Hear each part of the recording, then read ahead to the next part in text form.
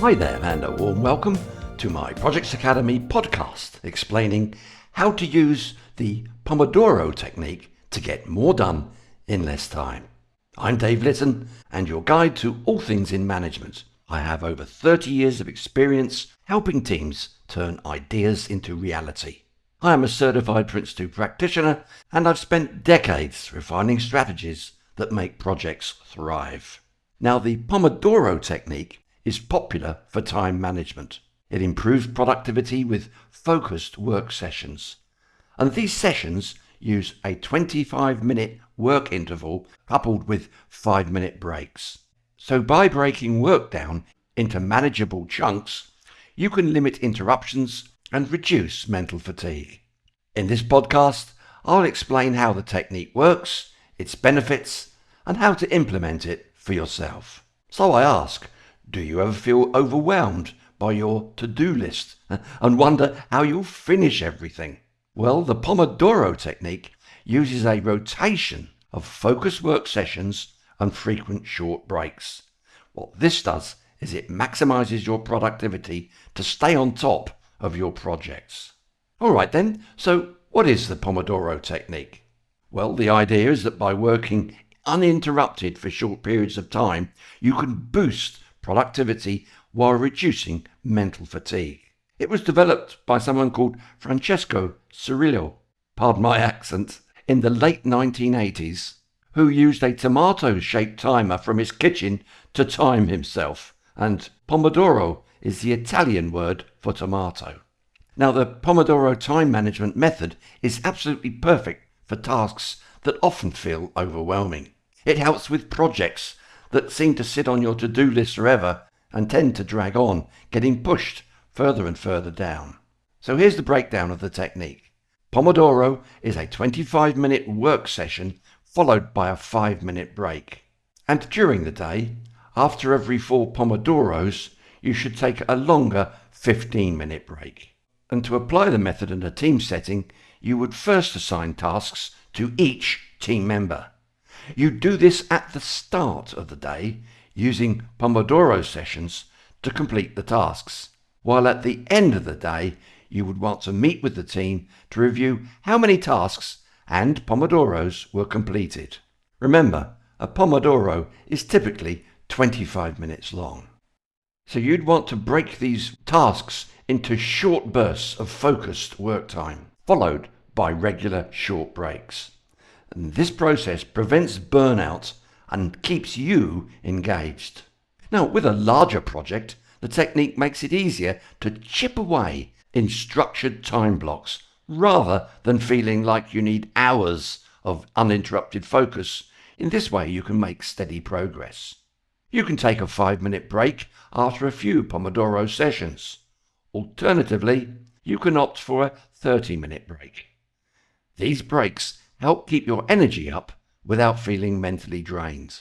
So whether you're navigating a busy workday or handling multiple universal assignments, the Pomodoro Technique fits in perfectly. So how to use the Pomodoro Technique? First, list the tasks you want to achieve today in order of priority. Second, pick a task to work on and start a 25-minute Pomodoro. After the session, note what you accomplished and give yourself a check mark. Then take a 5-minute break. Do 3 more Pomodoros by repeating the above steps. Then take a 15 to 30-minute break after 4 Pomodoros. You can repeat this cycle while tracking the number of Pomodoros needed to finish a task. And by recording the number of Pomodoro sessions you completed, you'll be able to better plan out your schedule. And the next time you have, let's say, similar tasks to do, it makes it easier for you to create a timetable. You can use your previous records to estimate how many Pomodoros it will take to complete those tasks. So let's move on to preparing your Pomodoro sessions. So here are some tips to follow. First, break down complex tasks. If a task seems too big, divide it into manageable parts. And if in doing so, it's projected to take more than 5 Pomodoros, break it down into smaller tasks. For example, if you must write a report, break it down into tasks. You could create a task for each stage of the writing process: the research stage, the outline stage, draft, and edit. Another tip is to group smaller tasks together. Combine simple tasks that will take less than one Pomodoro. For example, schedule a meeting and respond to emails, and put them in the same session. This is called a time block. Schedule out a few extra Pomodoros in case some tasks take longer than expected. Now, in Projex Academy's Critical Chain Masterclass, these are called buffers, and these can help alleviate stress about meeting deadlines should you run into any issues. And if you end up not using the extra Pomodoros, you can use them for self-learning or optional tasks. So let's now talk about what to do during Pomodoro breaks. These breaks after Pomodoro sessions are intended to be mental breaks to give your brain time to rest and absorb information before the next Pomodoro session. It's also a good idea to take a break from the screen and do something physical. If we work without stopping, we can run ourselves down. If we let it go on long enough, we can even risk burning out. So by taking frequent breaks, you'll be able to recharge both physically and mentally, helping you focus on your remaining tasks for the day. Moving on to the Pomodoro Technique benefits. The first I want to talk about is limit distractions. To make the Pomodoro Technique work, you need to actively manage interruptions. So stay focused by cutting out such distractions. For example, you could put your phone on airplane mode and set automatic email replies. Another benefit is that Pomodoro will improve focus and reduce mental fatigue. You see, the Pomodoro technique lets you break the habit of multitasking, which humans generally aren't good at. And by the way, those who brag they are great at multitasking are just fooling themselves. Check out my podcast on the Eisenhower technique in order to reduce multitasking. The Pomodoro technique trains you to focus on one task at a time with reasonable time intervals. By practicing this process, you'll manage to produce higher quality work in less time. Because you see, multitasking reduces your efficiency and effectivity. Another benefit is to facilitate project planning. After getting used to doing Pomodoros, you'll be able to plan out tasks and projects with more precision. For example, you are able to estimate how many Pomodoros it takes to write a report. You can then set a reasonable deadline for it. Another benefit is to streamline team communication. Using Pomodoro as a team helps everyone understand their roles and respect each other's focus time. And you'll meet less often, reducing the number and length of such meetings. Another benefit is boost motivation. By completing tasks in short bursts of 25 minutes, you'll enjoy the satisfaction of what you've achieved.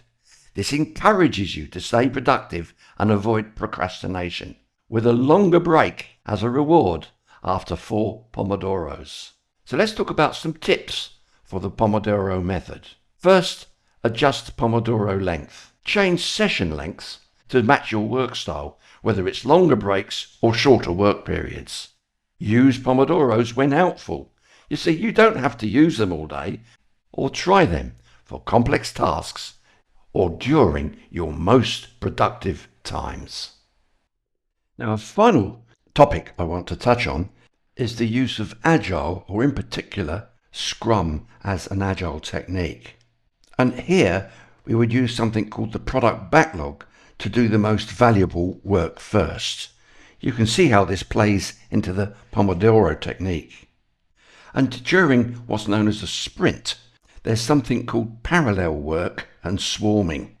You probably won't know anything about this at the moment, but the point I'm making here is that parallel work and swarming is determining how many product backlog items the team should work on in parallel to maximize the value delivered by the end of the sprint. And in it, we realize what the true cost of multitasking is. Because people make more errors, even for simple multitasking, the overhead can be quite high. So just imagine the waste involved when multitasking on complex project work. The goal here in parallel work and swarming is to reduce the time required to complete individual tasks while maximizing the total value delivered during the sprint. And this is called swarming. And as such, it allows the team to remain goal focused instead of just task focused, which means it gets more done and faster. And you can see how in carrying this out, you could apply the Pomodoro technique in small chunks, if you will, to carry out swarming. So that's all for today's podcast. I hope you're walking away with a spark of curiosity and some fresh ideas to make your projects shine. So until next time, keep engaging, keep building, and keep delivering projects that make an impact. So until we meet up again, from me, Dave Litten, it's bye for now.